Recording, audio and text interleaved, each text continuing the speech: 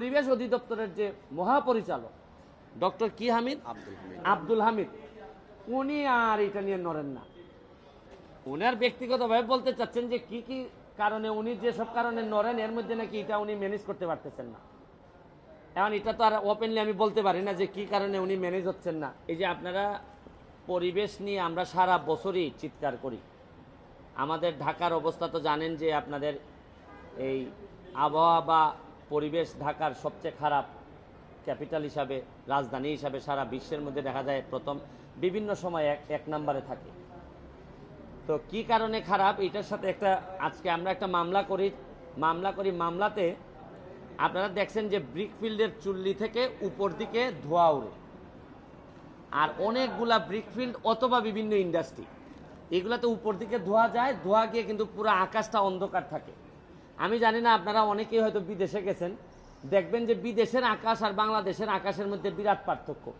কারণ হচ্ছে কি আমাদের আকাশে হচ্ছে কি ধোঁয়া, আর এদের আকাশটা ধোঁয়া না থাকার কারণে পুরা পরিষ্কার দেখা যায় পুরো আকাশটা। তো কার্বো পিউরিফিকেশন টেকনোলজি লিমিটেড নামে বাংলাদেশের একজন ভদ্রলোক উনি একটা প্রযুক্তি নিয়ে আসলেন বাংলাদেশে। প্রযুক্তিটা হচ্ছে গিয়ে যে উপর দিকে আর ধোয়া যাবে না, মাটির দিকে ধোয়া যাবে। এইটারে আবার ট্রিটমেন্ট করে একেবারে জিরো কার্বন, মানে কার্বন নিয়েই তো সারা পৃথিবীব্যাপী আমাদের যত চিৎকার যত যন্ত্রণা, নিচ দিকে যাবে এবং কোনো পরিবেশের ক্ষতি করবে না এবং সহজলভ্য। মাত্র 10-12 লাখ টাকা হইলে এটা করা যাবে। এটা যে শুধুই ব্রিকফিল্ড বা ইটের ভাটা তা না, সব জায়গায়। এই লোকটা 5 বছর ধরে ঘোরাঘুরি করতেছে বাংলাদেশে এইটা স্থাপন করার জন্য। ইনি মন্ত্রণালয়ে অ্যাপ্লিকেশন দিলেন, মন্ত্রণালয় একটা তদন্ত কমিটি করলো, এইটার ব্যাপারে তদন্ত করে মন্ত্রণালয় গ্রিন সিগন্যাল দিল যে না এটা দিলে ভালো হবে। সব কিছু করার পর মন্ত্রীও, মাননীয় মন্ত্রী সাবের হোসেন চৌধুরী উনিও পজিটিভ, উনারও রিকমেন্ডেশন আছে। কিন্তু এই যে পরিবেশ অধিদপ্তরের যে মহাপরিচালক ডক্টর কি হামিদ আব্দুল হামিদ উনি আর এটা নিয়ে নড়েন না। উনার ব্যক্তিগতভাবে বলতে চাচ্ছেন যে কি কি কারণে উনি যেসব কারণে নড়েন এর মধ্যে নাকি এটা উনি ম্যানেজ করতে পারতেছেন না। এখন এটা তো আর ওপেনলি আমি বলতে পারি না যে কি কারণে উনি ম্যানেজ হচ্ছেন না। আপনি চিন্তা করেন এই যে কার্বন কমানোর যে এই যে কার্বো পিউরিফিকেশন টেকনোলজি, এটা বাংলাদেশে একটা মানে অন্যরকম পরিবর্তন আনা সম্ভব ছিল।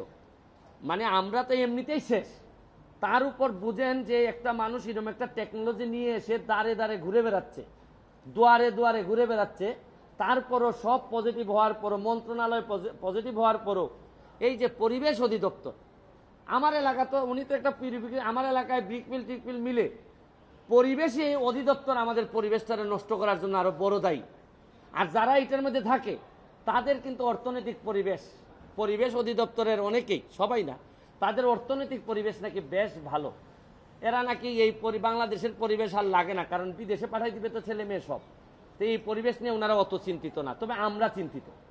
এই কারণে আপনাদের সামনে আসছে। আজকে আমরা মামলা করছি।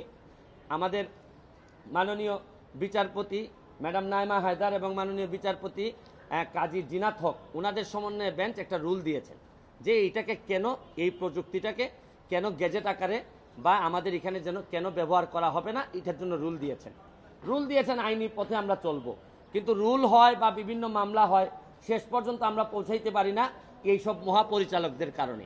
এইসব মহাপরিচালকরাই দেশটারে কতভাবে যে পিছাই রাখছে আপনারা কোনো চিন্তাই করতে পারবেন না। এটার ছোট্ট একটা নমুনা আপনাদের সামনে তুলে ধরলাম।